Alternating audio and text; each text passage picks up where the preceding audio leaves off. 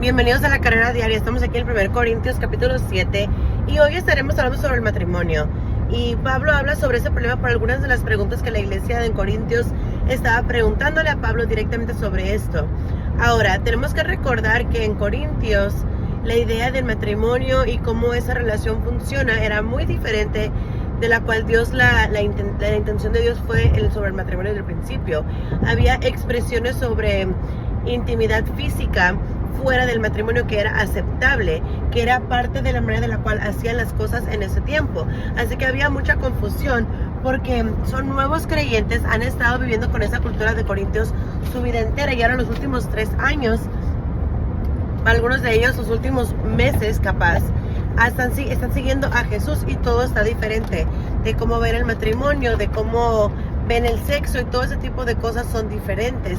Y Pablo los trae de vuelta al estándar de Dios. Y hay otras escrituras donde Pablo habla sobre eso, cuando habla sobre el papel del hombre y de la mujer, como en una relación de matrimonio debemos de servir el uno al otro por medio de amor a Cristo. De que mujeres sométanse a sus esposos, esposos amen a sus esposas, así como Cristo ama a la iglesia. Es como que este equipo entre dos convirtiéndose en uno que Dios ha diseñado para el matrimonio. Y tiene todo tipo de implicaciones prácticas, de cómo tomas decisiones, de cómo ves las cosas que tú tienes, todo ese tipo de cosas, pero también cómo es que vemos el sexo. Y es en verdad lo que Pablo está enfocándose aquí en esto. Y las implicaciones más grandes del matrimonio desde el principio. Así que aquí está la pregunta. Ahora, la pregunta que preguntaste en tu carta. Sí, es bueno de abstenerte de relaciones sexuales, pero porque hay tanta inmoralidad sexual, cada hombre debe tener su propia esposa y cada esposa debe tener su propio esposo. Así que la pregunta es mejor, porque hay tanta confusión en esta área de sexo, deberíamos de mejor no tener sexo y removerla de nuestras vidas, de nuestros matrimonios completamente. Y Pablo dice, no, esa no es la manera, ese no es el punto de que nosotros tenemos, de que Dios nos ha creado como personas sexuales, como seres sexuales, y lo ha creado para que se cumple en el pacto del matrimonio.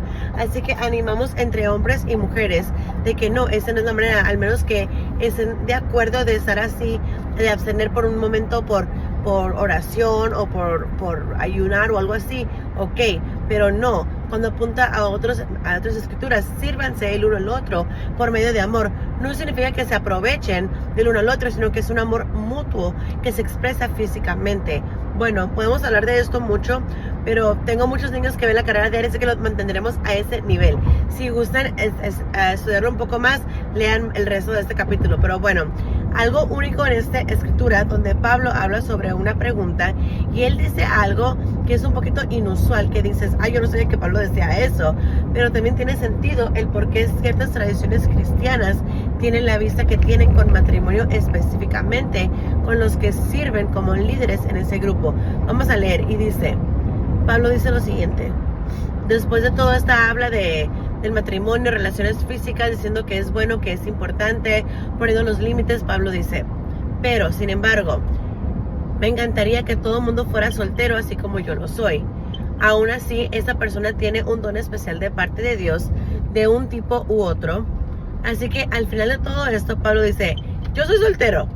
Así que está dando consejos a gente casada, que él no es casado, pero es consejo bíblico. No ocupa estar casado para decirles cosas que Pablo está diciendo aquí.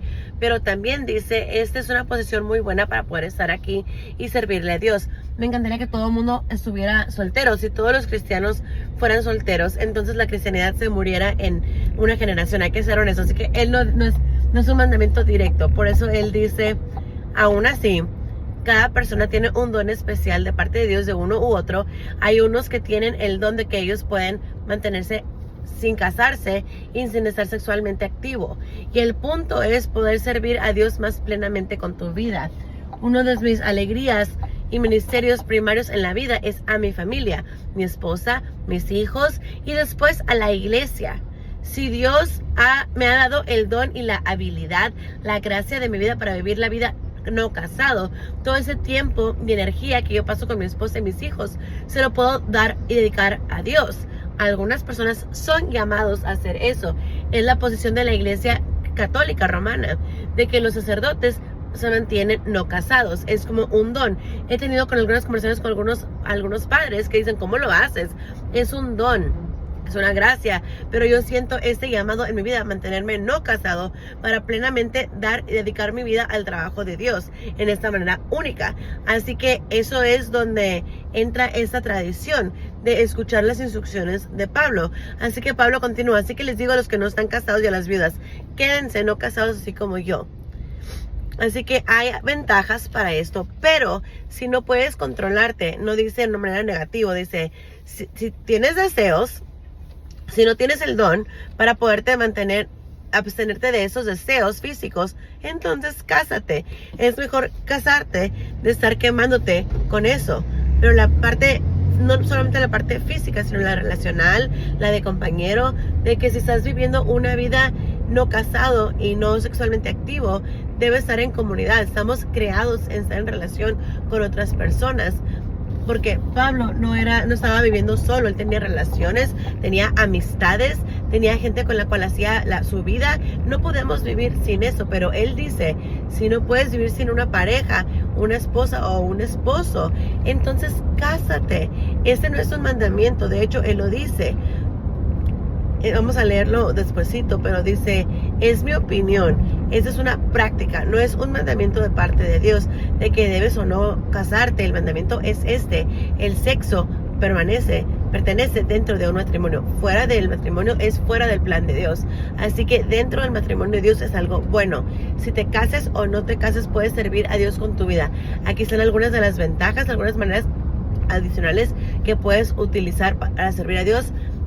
Pero no son requisitos de que tienes que hacer eso para honrar a Dios. No, puedes honrarlo en las dos áreas. Mientras vemos este pasaje aquí, continuaremos un poco más mañana, tomaremos pausa ahí. Mientras vemos las instrucciones de Pablo con el matrimonio, y quizás es algo que siempre te has preguntado de por qué los sacerdotes en la iglesia romana no se casan. Y apunta de nuevo a este pasaje, el ejemplo de Pablo en esto.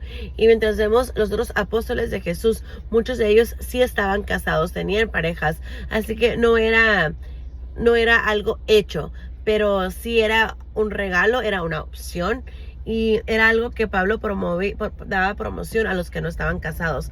Bueno, tomaremos pausa y hay que continuar nuestra mañana mientras comenzamos con oración. Dios Padre Celestial, te agradecemos por darnos otro día para servirte, otro día para honrarte con nuestras vidas, otro día para crecer. Y Dios, es tan difícil de pensar de cuánto crecemos individualmente, pero mientras volteamos atrás a nuestro camino en los últimos meses, los últimos años, Dios, podemos ver el progreso que tú has hecho en nuestras vidas, y te agradecemos por eso.